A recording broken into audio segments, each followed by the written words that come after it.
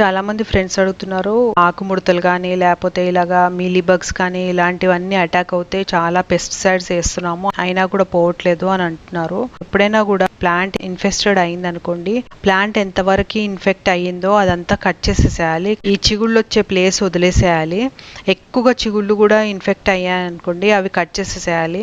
పెద్ద పెద్ద ఆకులు ఉంటాయి కదా, అవి కూడా కట్ చేసేసేయాలి. ఎందుకంటే ఆకుల వెనకే ఎక్కువగా మీలీ బగ్స్ లేకపోతే బూజు అలాంటివన్నీ చేరుకుంటాయి అనమాట.